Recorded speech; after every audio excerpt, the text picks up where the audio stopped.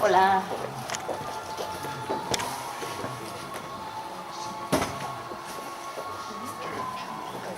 Molt bona tarda, molt bona nit. Com a coneixeu, soc un dels organitzadors de Cèltics al Pub. Avui hem tingut l'oportunitat de tindre nosaltres a Josep Miquel Mulet. S'ha costat molt, ha sigut tot una feinada de buscar puesto. Com sabeu, antigament estàvem a Maquín, s'han tancat Maquín i tenim uns quants problemes per sabotar. Tindrem que canviar una mica el format. Us demanarem que a l'acabar la xerrada hi haurà una caixa aquí darrere i si podeu explicar un euro o dos o que us vingui bé, pues ens ajudaria a poder seguir fent aquestes xerrades. La veritat és que Magín ho teníem bastant bé. El problema és que han tancat i hem tingut l'anterior la vam fer a Drassanes, aquesta l'hem fet aquí, aquest local, que està bastant bé. Hem tingut molt bona col·laboració per part d'ells i també avisar-vos que hi ha unes quantes begudes a la nevera i vulgui posar els euros, estan fresquetes. Per lo demés, seré breu perquè tenim poc temps, a les 9:30 més o menys acabarem.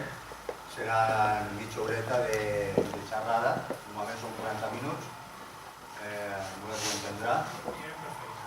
I després quedaran 20 minutets per un torn de preguntes, que espero que no sigueu molt agressius, perquè si no coneixereu a tots vosaltres, molt bé.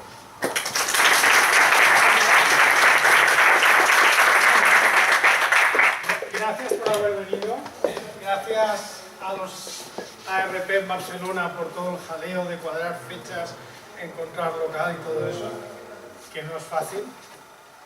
Sabéis que juega el Barça ahora, ¿no? Sabéis que está lo del debate de investidura, que total, es como una película que sabes cómo va a pagar, cómo va a acabar, pero todo el mundo está ahí enganchado. Pues nada, dobles gracias por haber venido. Pero,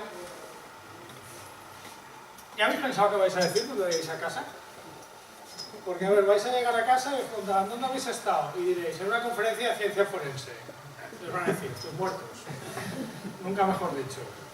Un sábado por la tarde y te vas así de guay a una conferencia de ciencia forense. Lo más normal del mundo.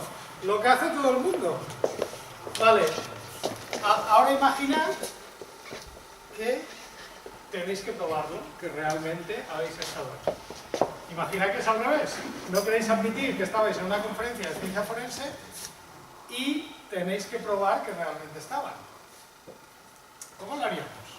Sacando una foto con el móvil. Por ejemplo.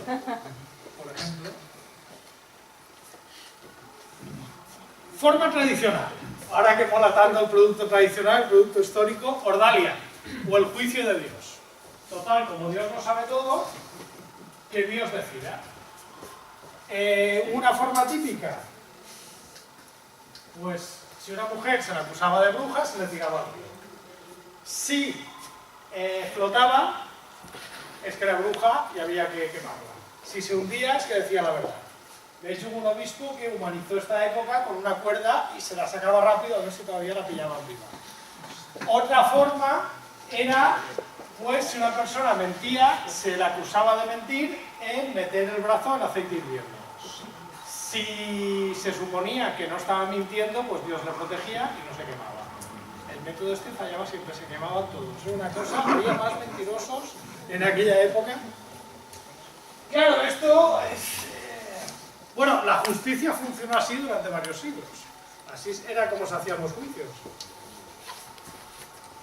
Llegó un momento que ya se pasó un poco de Dios y se pasó a los testigos. Es decir, ya dejemos a Dios aparte, simplemente un juicio se hacía porque alguien decía que había visto a alguien hacer algo. Claro, esto tiene un problema serio. Todo el mundo miente. A ver, alguien te puede estar acusando de algo, pero puede ser mentira. Entonces, La gente a veces no miente, la gente a veces se equivoca. La gente piensa que ha visto algo, piensa que está diciendo algo y se está confundiendo de persona. Por ejemplo, las identificaciones de cadáveres. En un accidente es muy fácil confundirte, identificar positivamente a alguien que no sé qué es. De hecho, preparándome el libro, había un caso de un accidente de avión que unos padres fueron, identificaron a su hijo y les dijeron que no podía ser porque el cadáver era de una señora. Identificaron otra vez a su hijo y era de otra señora. Identificaron a su hijo por una tercera vez y no era su hijo. Realmente su hijo no había subido al avión, pero no habían contactado con él. Eso se lo preguntas a un forense y te dice que es muy frecuente, que pasa mucho. Levantad la mano, ¿cuántos habéis identificado este cadáver? Los que no, miradla bien. ¿Sabéis quién es? ¿Veis cómo no es tan fácil? La conocíais todos, ¿no? Todos teníais imagen. Esta es la foto de la autopsia de Marilyn Monroe. Como ves, no es tan evidente identificar un cadáver. Es que la percepción nos engaña. ¿Aquí qué veis? Triángulo. ¿Triángulo? ¿Alguien ve un diamante? ¿Alguien ve 3 diamantes? Mitsubishi en japonés quiere decir 3 diamantes. ¿Veis los 3 diamantes? ¿Qué veis aquí? Una flor, una estrella, Patricio de Bob Esponja. el Patricio de Bob Esponja. Un nen posant diners a una hucha. ¿Cuántos de aquí veis a un niño metiendo una moneda en una hucha? ¿Qué es lo que realmente A representa? Patricio poniendo monedas en una bolsa. A ver, ¿qué es un banco, eh? ¿Qué es un banco? Que los bancos no son muy de florecitas ni de estrellas. Realmente es un niño metiendo una moneda en una hucha. Pero la cuestión es que si no te das cuenta, lo que puedes ver ahí es una flor de una estrella. A partir de ahora vais a ver un niño metiendo una moneda en una hucha cada vez que miréis el logo de la casa. Pues no se puede. Y el problema es que la memoria es falible. La memoria no es lo que sale en la película del revés, que es una especie de bolas, que es como un archivo que está ahí. La memoria es algo dinámico. La memoria es algo que vas construyendo cada día. Las neuronas continuamente están emitiendo señales, que son señales eléctricas o señales químicas entre neurona y neurona, y ellos construyen los recuerdos. Entonces tú puedes pensar que hay cosas que son realmente ciertas, pero que no han pasado nunca. Hay una psicóloga experimental que se llama Elizabeth Loftus, que hizo unos experimentos muy chulos de hacer encuestas sobre... Se les decía a la gente que era una especie de ensayo sobre turismo y entonces les hacían un cuestionario muy largo sobre su experiencia de la visita a Disney World. Unos estaban en una habitación sin decoración, otros en una decoración con fotos reales de Disney World y otro con fotos trucadas en las que aparecía Bugs Bunny. Les rellenaban un cuestionario de preguntas y una de las preguntas era si se habían hecho una foto con Bugs Bunny, perdida entre muchas preguntas. Bueno, el 30% de la gente que estaba en una habitación donde aparecían fotos de Bugs Bunny en Disneylandia, contestaba que sí, que se había hecho una foto con Bugs Bunny en Disneylandia, lo cual descongelaría a Walt Disney del susto, porque los derechos de Bugs Bunny no los tiene la Disney, son de la Warner. Pero la gente estaba convencida. De hecho, hay otro experimento en el que alguien recordaba haberse perdido en un centro comercial a los 5 años y nunca había pasado. Solamente era por las preguntas que le hacían. ¿La foto está real o trucada? ¿Qué decís? ¿Es real o es trucada? Real. ¿De qué película? Muy bien, premio. ¿Quién engañó a Roger Rabbit? Es la única película en la que comparten cartel. Y por contrato tenían que estar el mismo número de minutos en pantalla. Como las grandes folclóricas. En el caso de Rocío Baninkoff, es un caso donde hay una menor desaparecida, una muy mala malosa que era expareja de la madre, y una madre que se pasea con un abogado por todos los medios de comunicación y al final acaba habiendo una condena simplemente en base a testimonios. Condena que es anulada en primera instancia, pero aparece una prueba de ADN que indica a Tony Alexander King, alguien convicto por crímenes anteriores. En el juicio, numerosas personas declararon haber visto a Dolores Vázquez cerca del lugar del crimen, haber visto su coche, haber visto tal, y no había ninguna prueba, solamente fueron testimonios. A veces incluso los análisis. Esto es el caso de Patricia Stallings. Este caso aparece en los libros de bioquímica, porque es una madre que fue acusada de envenenar a su hijo. El problema es que su hijo falleció. Cuando ella es condenada y es llevada a la cárcel, estaba embarazada. Cuando tiene el hijo le quitan la custodia y el hijo empieza a tener los mismos síntomas de envenenamiento que tenía el otro hermano que había fallecido y por el que habían condenado a la madre. Claro, algo no cuadra. ¿Por qué? Porque si la madre no estaba en contacto con el hijo, no podía estar envenenándolo. Realmente lo que tenía el hijo era una enfermedad genética rarísima. Y los dos hermanos la tenían. ¿Qué pasó?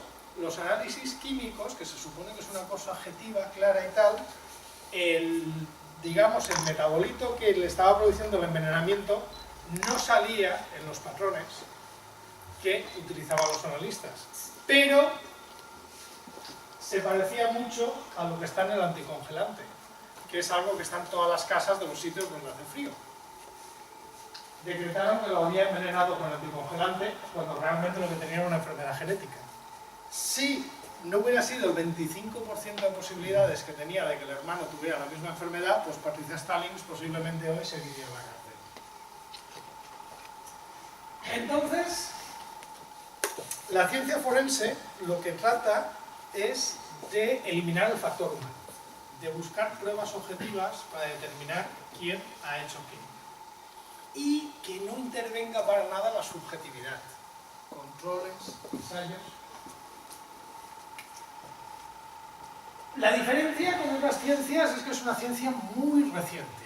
Es decir, si tú, el anterior libro, que era Medicina sin engaños, que era sobre historia de la medicina, tú puedes hacer una historia de la medicina continua desde la prehistoria hasta ahora. Siempre ha habido médicos, siempre ha ido evolucionando. La ciencia forense no.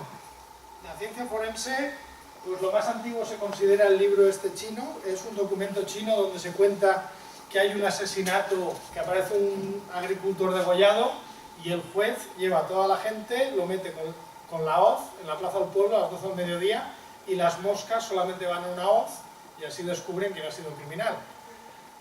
Pero ya está. Luego buscas otras culturas, buscas tal y no hay como una persona que se dedique a investigar crímenes en todos, es decir, es una figura que en algunas culturas aparece y desaparece. Luego también hay otro libro chino posterior donde se explica cómo distinguir un ahogado de un estrangulado. Básicamente, el ahogado se hunde y el estrangulado flota. Y el estrangulado tiene el hioide roto, que es un huesecillo este de aquí flotante. Hasta el siglo XVII no se empieza a enseñar medicina forense en la universidad. Y la primera cátedra de medicina forense es del siglo XIX. Como veis, todo muy reciente. El primer laboratorio de ciencia forense es del siglo XX. Y la ciencia forense no es una ciencia como tal. La ciencia forense básicamente se nutre de todas las ciencias. A ver, cuando se hace el primer microscopio, Zacharias Hansen, él lo que quería era ver bichitos. Él no estaba pensando en CSI. Básicamente él inventa un instrumento para ver unos bichos pequeños que ya había visto en Huejoe que se movían. Más tarde, Gravel y Goddard adaptan esto y hacen el microscopio de comparación, que es el que sirve para ver los patrones y las marcas que hay en las balas. Pero obviamente esto es una adaptación de un microscopio que servía para estas cosas. Landsteiner, cuando descubre los grupos sanguíneos, no está pensando en resolver crímenes. Está pensando en por qué las transfusiones unas veces funcionan y otras no. Y está pensando en una aplicación médica, no en una aplicación forense. La aplicación forense vino en vida de Landsteiner, le pidieron ayuda y el tío pasó del tema, porque no era una cosa que le interesara. Otra tecnología, la de las fotos. Habéis dicho, ¿no? Haciendo una foto con el móvil. Si alguien os hace una foto con el móvil, ya podéis decir que habéis estado aquí y ya hay una prueba. Las primeras fotos utilizadas en ciencia forense fue el catálogo de fotos policiales para detener delincuentes. Pensad que uno de los problemas que tiene la ciencia forense es la identidad. Es decir, ¿cómo saber que una persona es una persona? ¿Por qué? Porque alguien puede cometer un delito, irse al pueblo de al lado y empezar de nuevo y huir de la justicia. Es muy importante idear algún método para saber quién es quién de forma inequívoca. El primero que empezó a ver la utilidad que tendría la fotografía en ciencia forense fue el señor este de aquí, que es un francés llamado Bertillon.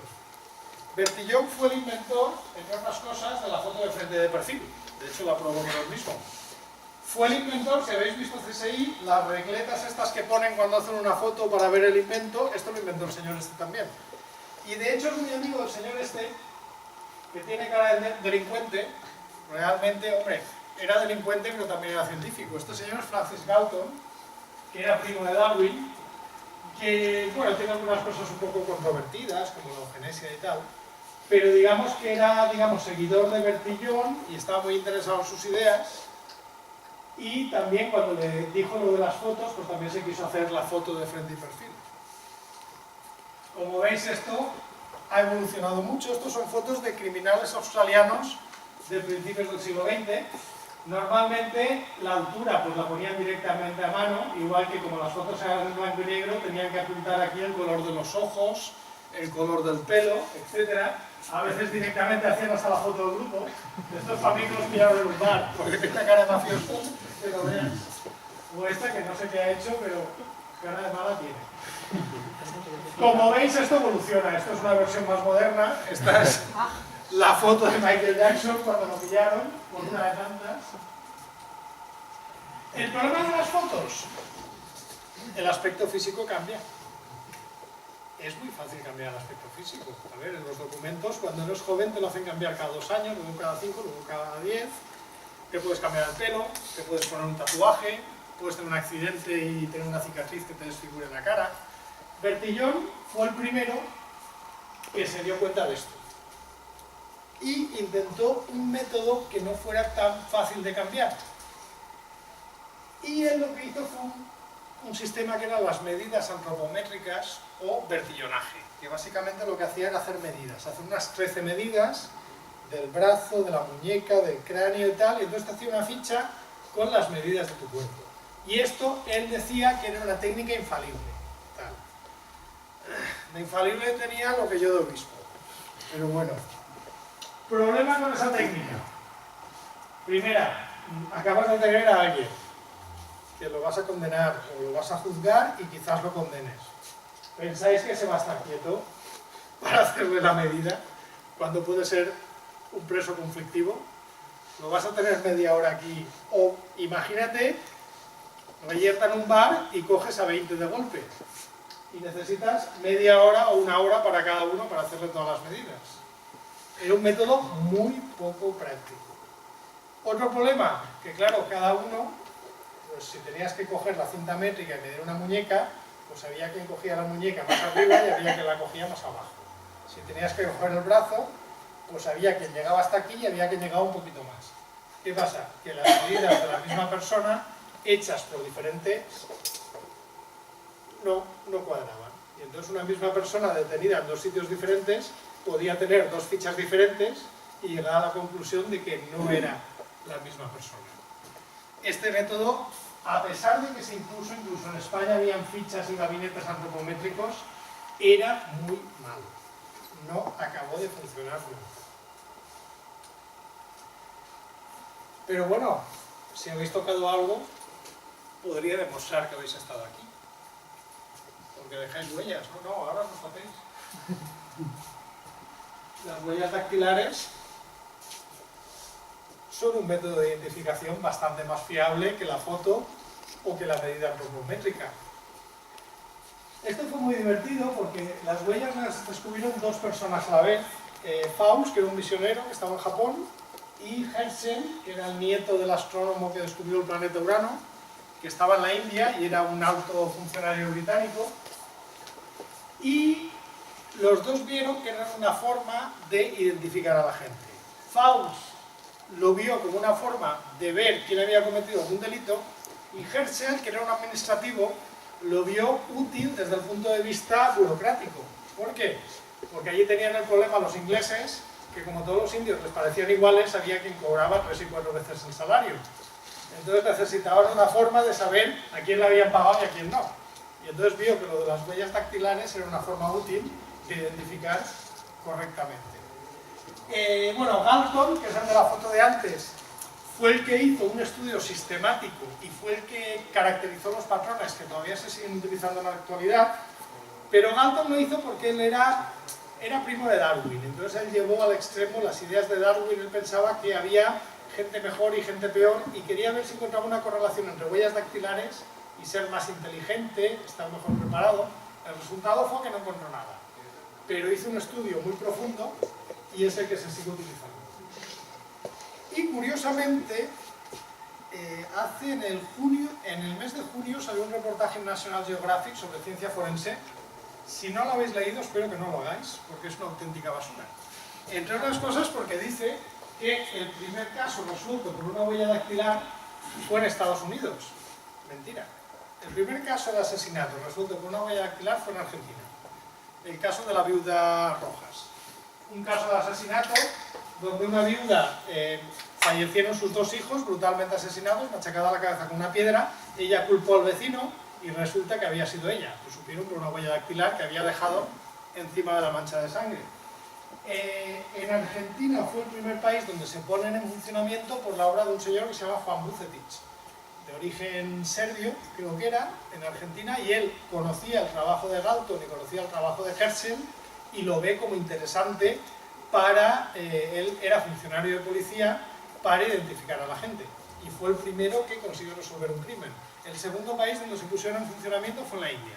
A Estados Unidos llegan mucho más tarde, y al mundo británico. De hecho, llegan antes a España que a Estados Unidos. En España estaba el doctor Oloriz, Federico Oloriz y Aguilera, que es el primero que empieza a utilizar las huellas dactilares en España. Esto, básicamente, una huella dactilar tiene poca historia. Básicamente es estos 4 patrones, más las minutiae que se llaman, que son estos. Básicamente consiste en hacer una ficha viendo qué tipo de patrones tienes mayoritarios y qué tipo de patrones minoritarios, qué tipo de minuto. Si queréis, miraos todas las yemas de los dedos, que ya veo que algunos lo estáis haciendo. Esto es el porcentaje en la población española. Es decir, de estos 4 patrones de aquí, en la A, la T, la W, tal, pues mira, la A es minoritaria, en cambio la presilla lunar es lo más común en toda la gente. Si tenéis una presilla radial, os van a pillar porque es solamente el 1,52 de la población. Vuestro dedo es bastante característico. Y con esto, el primer laboratorio de genética de ciencia forense en general es del año 1910. Y lo hace este señor de aquí, que es Edmond Locard. Edmond Locard se muere en 1966. Ayer, como que dice. Por lo tanto, la ciencia forense es muy reciente. El primer CSI, de verdad, se funda en Lyon. Y lo funda este señor. Y este señor es el que crea lo que se llama el principio de intercambio. El principio de intercambio básicamente dice que el criminal siempre se deja algo y se lleva algo del lugar del crimen. Y que lo que tiene que hacer el científico forense es encontrar qué se ha llevado y qué ha dejado. Él, lo que tenía muy claro, era que no se podía hacer un caso criminal en base a testigos. Él quería buscar pruebas físicas. De hecho, el personaje de Grissom está muy inspirado en él. Y él decía que las pruebas eran los testigos que no mentían, los testigos que no se ausentaban de un juicio, los testigos que no se ponían nerviosos, eran los testigos mudos y silenciosos que te decían quién era el culpable. Lo más curioso es que Locard y su maestro Lacassagne era muy fan y era un lector empedernido de novela policíaca. Novela policíaca que a principios del siglo XX básicamente era Sherlock Holmes y Alan Poe, más un autor francés que es también un precursor de la novela policíaca, que ahora, lo siento, no me acuerdo del nombre. Pero básicamente eran esos tres. Y lo más divertido es que él, cuando desarrolla el método de investigación, lo hace inspirado en lo que había leído en las novelas de Sherlock Holmes. Es decir, que la ficción va por delante de la realidad. Él diseña todo el método de investigación basándose en lo que leía en las novelas.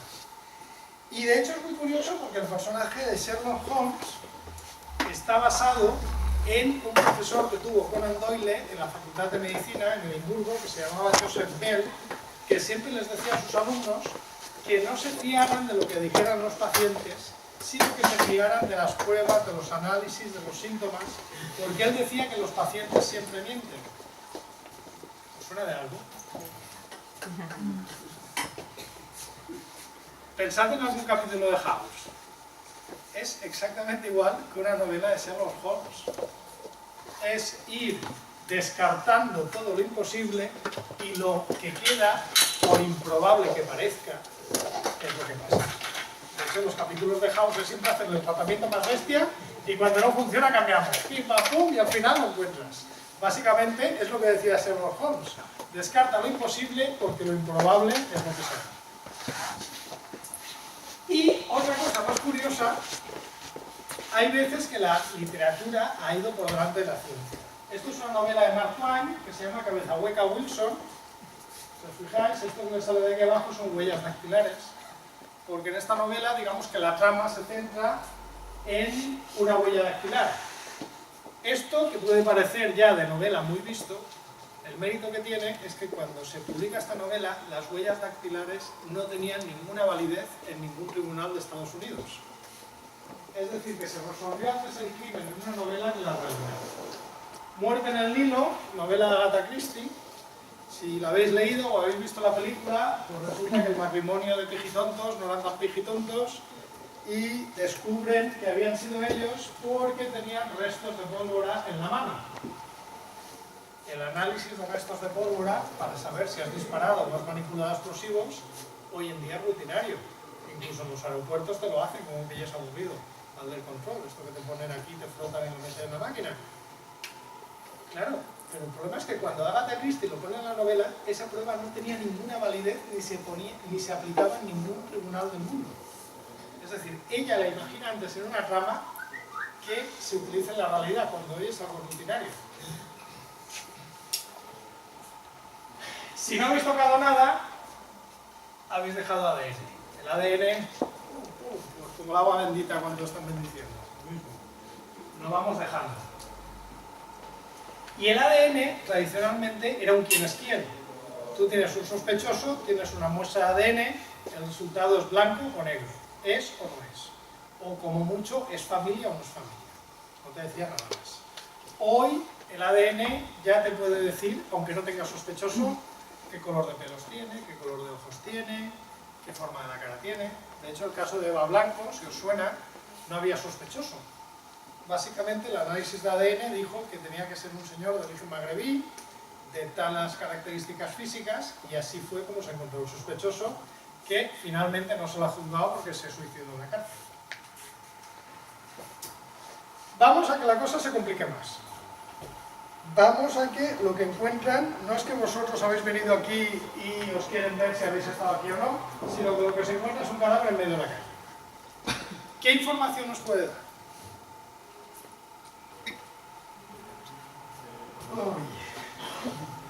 ¿Os suena la película? ¿La habéis visto? Vértigo de Hitchcock. ¿Alguien no la ha visto?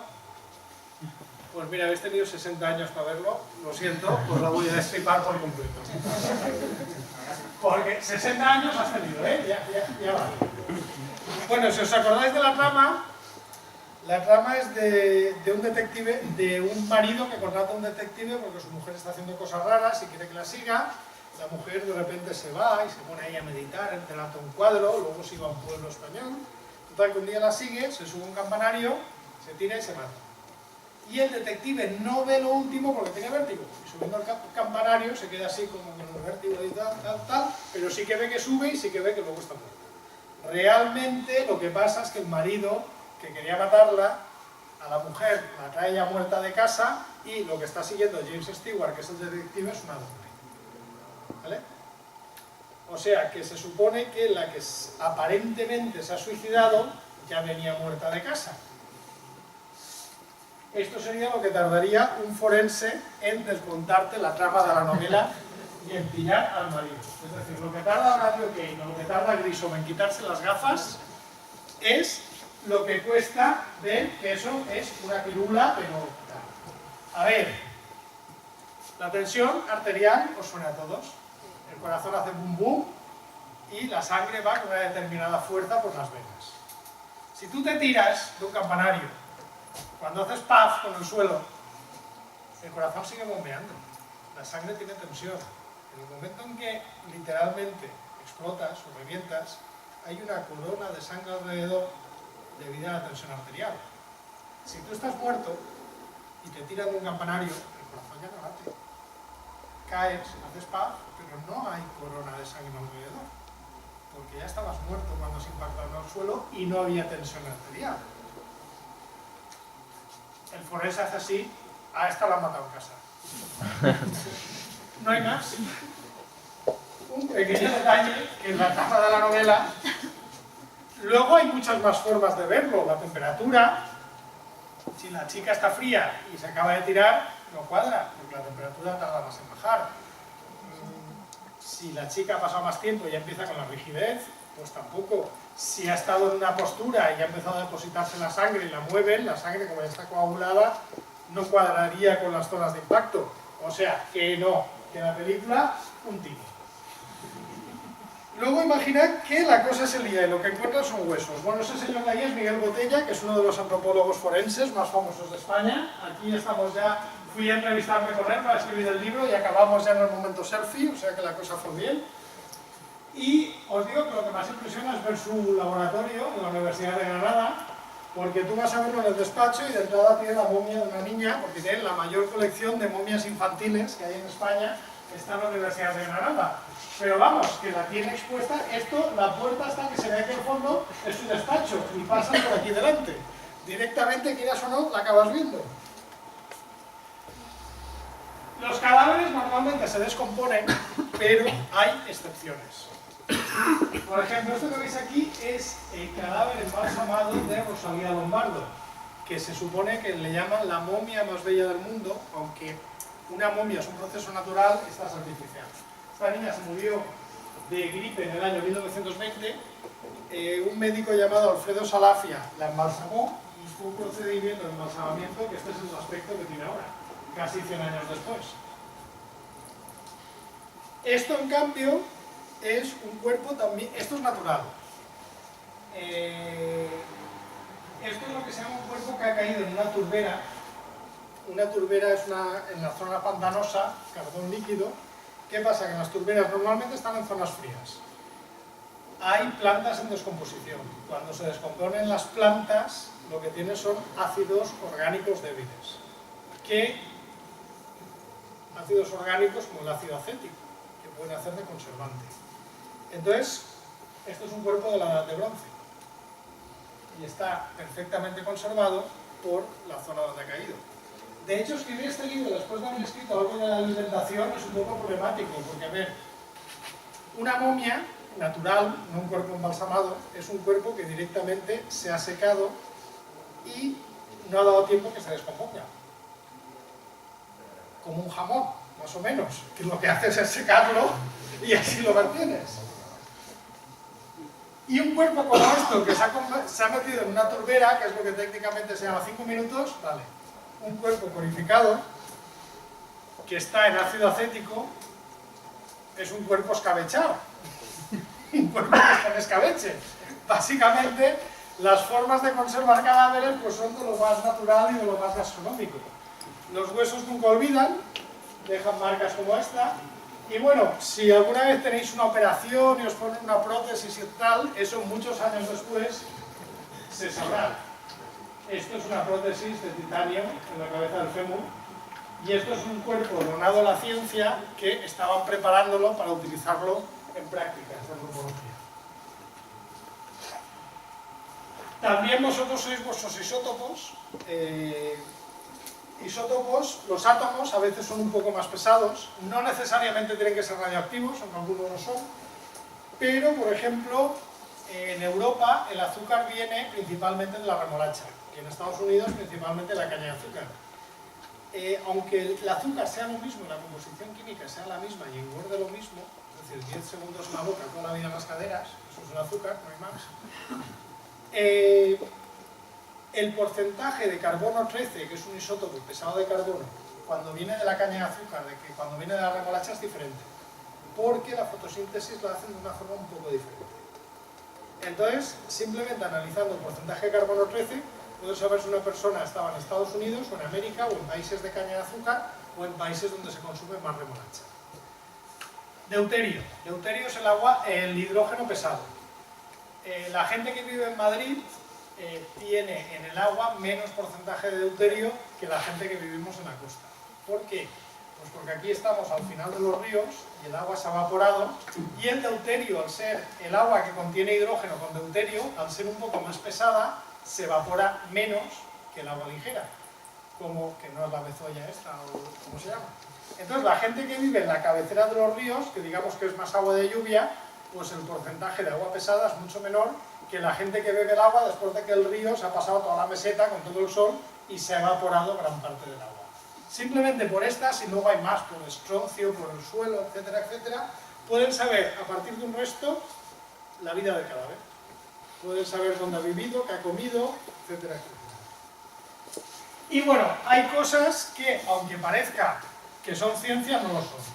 La psicomorfología, esto de que por la cara pueden verte de dónde venías y tal, ni caso. Ya sé que hay un libro reciente y tal, pero no perdáis el tiempo. Psicoanálisis, hipnosis y tal. ¿Habéis visto Regresión de Amenábar? Vale, esta no la voy a contar porque es reciente. Cuando pasen 60 años os la pienso destripar, pero está basada en un caso real. Está basada en el caso real de Paul Ingram, que de hecho en algún momento oyen la radio y mencionan a Paul Ingram. Es el caso real que te cuenta la historia de la película. Esto que cuentan en Regresión pasó de verdad. Y gente inocente, lo que he dicho, fue a la cárcel por esto. ¿Vale? Detectores de mentiras, también os digo que no tienen ninguna validez en un juicio, ni aquí ni en Estados Unidos. En Estados Unidos es verdad que se utiliza mucho, pero no en un juicio. Ante un tribunal no tiene ninguna validez. Y videntes y demás charlatanes, bueno, pues si alguien hay algún vidente, pues yo me lo llevo a una comisaría, cojo todos los expedientes abiertos y ya está. Que adivine. De todas formas, a ver, siempre estamos pensando con el crimen perfecto, siempre estamos pensando que el criminal es muy listo y tal. Los criminales listos y tal son para las películas. Los criminales en general son bastante chapuceros. Si buscáis en Google, he encontrado hasta 3 casos diferentes donde el criminal se dejó la dentadura postiza en la casa donde entró a robar.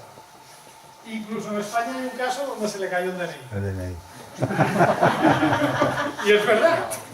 El tío entra a robar, se saca la cartera tal y pierde el DNI y se va. Y bueno, respecto a la pregunta de si habéis estado aquí y tal, pues lo que tengáis el GPS activado del móvil, los que hayáis tuiteado, los que hayáis tal, pues ya está claro, no hace falta tanto. Ya sabemos todos que habéis estado aquí. Que un sábado por la noche os vais a una conferencia de ciencia forense. Pero bueno, hay gente para todo. Muchas gracias.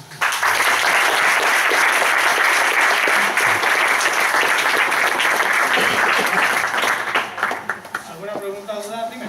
Sí, bueno, yo conozco gente que trabaja en laboratorios de análisis que dicen, ¡uy, CSI ha hecho mucho daño y eso es todo mentira! Y tal. A ver, entonces, yo no sé si dicen eso porque a lo mejor con CSI, con una pequeña muestra, ya lo miran todo.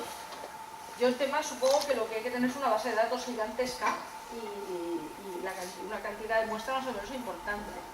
O puedes calcular el ADN con una pizquita. Sí, y con menos. Sí. O sea, Justamente el fallo gordo de CSI no es ese. Es decir, las pruebas de ADN pueden ir con nada. Un PCR, que es la técnica típica que utilizan para las pruebas, funciona a partir de nanogramos.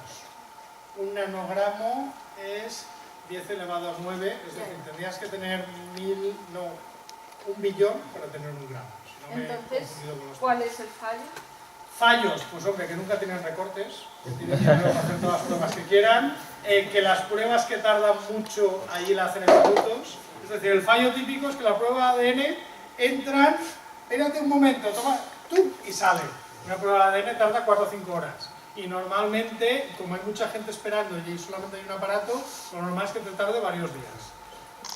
Luego está que Grissom o cualquiera un día te está haciendo una prueba de ADN, otro día te está analizando un veneno y otro día está desmontando un coche para ver si le han manipulado los frenos, cosa que cada uno tiene su especialización, y otro día está pegando tiros por la calle, que tampoco, el que está en el laboratorio está en el laboratorio, y que siempre lo resuelven todo. Nunca se queda un caso abierto el CSI. En general te puedo decir que la serie está bastante bien documentada. Cuando hablé con Miguel Botella, me dijo que él, viendo un capítulo de CSI, vio un caso que había resuelto él. Lo habían publicado y a partir de ahí lo habían cogido los guionistas. Y yo también he encontrado varios casos que puedes ver cuál es el caso real en el que está inspirado, porque son casos conocidos. A partir de ahí, como hay que contarte toda la historia en 40-50 minutos y tiene que acabar bien, pues ya empiezan a cogerse licencias. Pero bueno, mucha gente se ha interesado por la ciencia forense por CSI, entre ellos yo.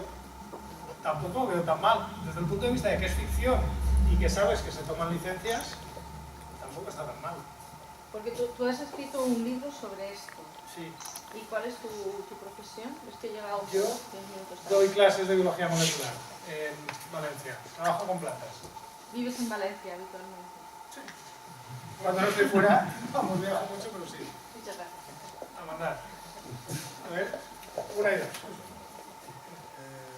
Respecto a esto que hablabas del cine perfecto y tal, todo esto que cuentan en novelas, en películas, que existen métodos de matar sin dejar rastros forenses con el encino, ahora que se está poniendo de moda el dióxido de cloro, No, pero ese te mata, pero sabes que te ha matado. Ese te deja la cara de pamies aquí. Pero el cloro se evapora, y te deja... Sí, pero las lesiones que dejan en el cuerpo yo creo que son características. Pero bueno, Te lo puedes hacer tomando un café muy caliente. a ver, crimen perfecto.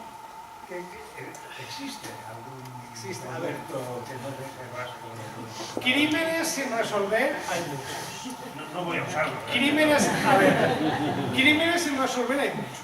Y hay muchos pues porque no hay recursos infinitos y porque no hay tiempo infinito y porque a veces la gente no es suficientemente lista para resolver el crimen, pero con recursos infinitos.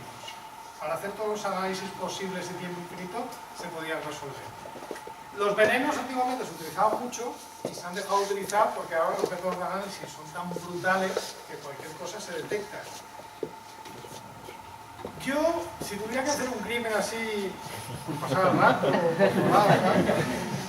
pues lo mejor sería algo que no parezca, es decir, lo típico, que parezca un accidente, o algo que parezca, por ejemplo, radioactividad. Si tú a una persona en el sitio de trabajo le dejas un material radioactivo que le esté radiando, pues posiblemente esa persona en poco tiempo va a desarrollar una leucemia o algún tipo de cáncer. A ver, una persona que pasara por allí con un Geiger te pillaría, pero normalmente la gente, a ver, pensad que hay un porcentaje de gente que sin estar expuesto a la radioactividad coge leucemia. Entonces, salvo que alguien piense que tal, alguien puede coger una leucemia sin estar expuesto a la radioactividad, pero si tú le pones un chute radioactivo, las posibilidades se disparan. Y calcular muy bien la dosis, porque como te pases va a tener unas quemaduras, que eso ya llamará la atención. Una cosa de estas podría ser. Alguna más tengo pensada, pero... o si alguna vez, no sé, nunca se sabe. Nada, el comentario era que el problema que tienen los testigos es que al síndrome de la fase de morir inducida o síndromes similares, los cuales, como pasó en Estados Unidos, a mucha gente que había ido al psicólogo se le creó la condición de que su padre le había hecho abuso cuando era pequeño. ¿Habéis visto la versión? Es- Sí, pero Exacto. en este caso no.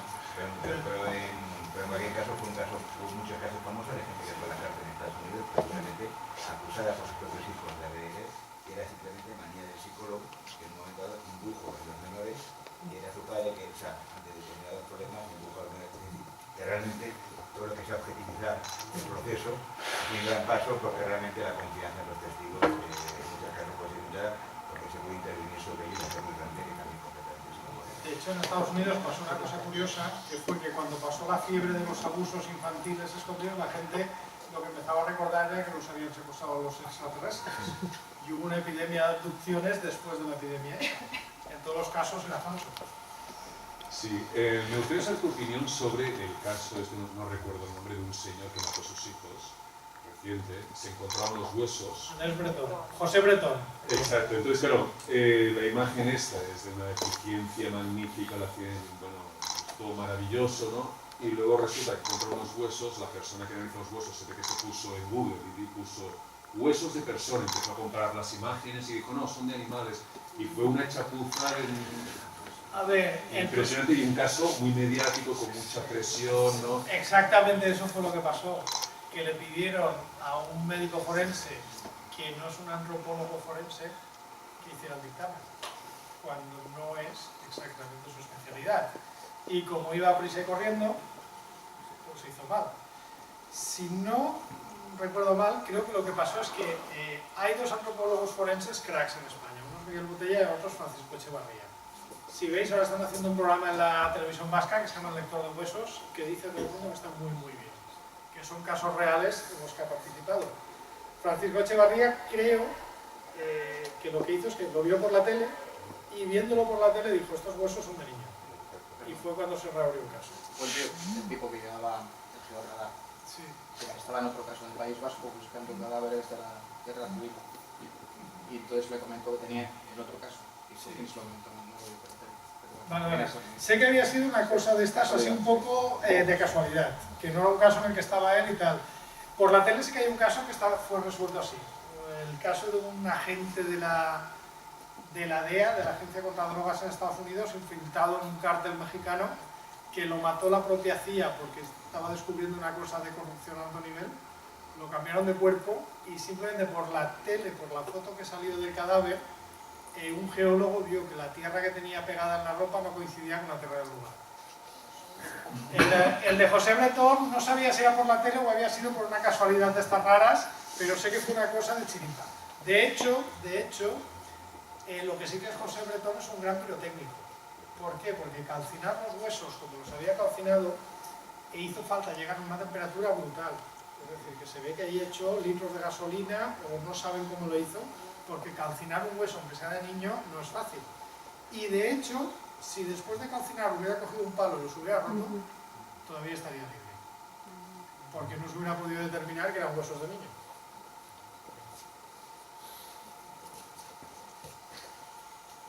¿Alguna pregunta más? Perdón, sí. Cuando has comentado el tema de la radioactividad, ¿esto es lo que sale en la novela El alquimista impaciente de Silva? Sí, y además quedé fatal la semana pasada. Me invitaron a Getafe Negro, lo conté esto mismo y Lorenzo Silva estaba en el público porque es el organizador. Sí. Y uno dijo, esto sale en una novela de Lorenzo Silva, y yo, encantado. Debajo del primer coche. Sí, exacto. Eso, exactamente eso. También sale en un episodio de House eso, lo de la radioactividad. ¿No lo habéis visto? Los he visto todos los de House, pero ahora mismo... Es un padre que es chatarrero, le encuentra una pieza de chatarra y le hace un llavero a su hijo que ha terminado la universidad. Vale. Y lo lleva y todos, el hijo se muere. Vale, mira, hay un caso peor y que pasa todos los días. Vivir en Galicia en un sótano. Porque Galicia es una zona granítica. Galicia es básicamente una gran piedra de granito. Las casas antiguas, las de sótanos sin ventilación, el granito tiene un material radioactivo que en principio no es demasiado peligroso, pues si estás en una zona con poca ventilación y en un bajo se va acumulando poco a poco a lo largo del tiempo. ¿Qué materiales? Errador. Las zonas graníticas con poca ventilación, te puede pasar eso, pero de verdad.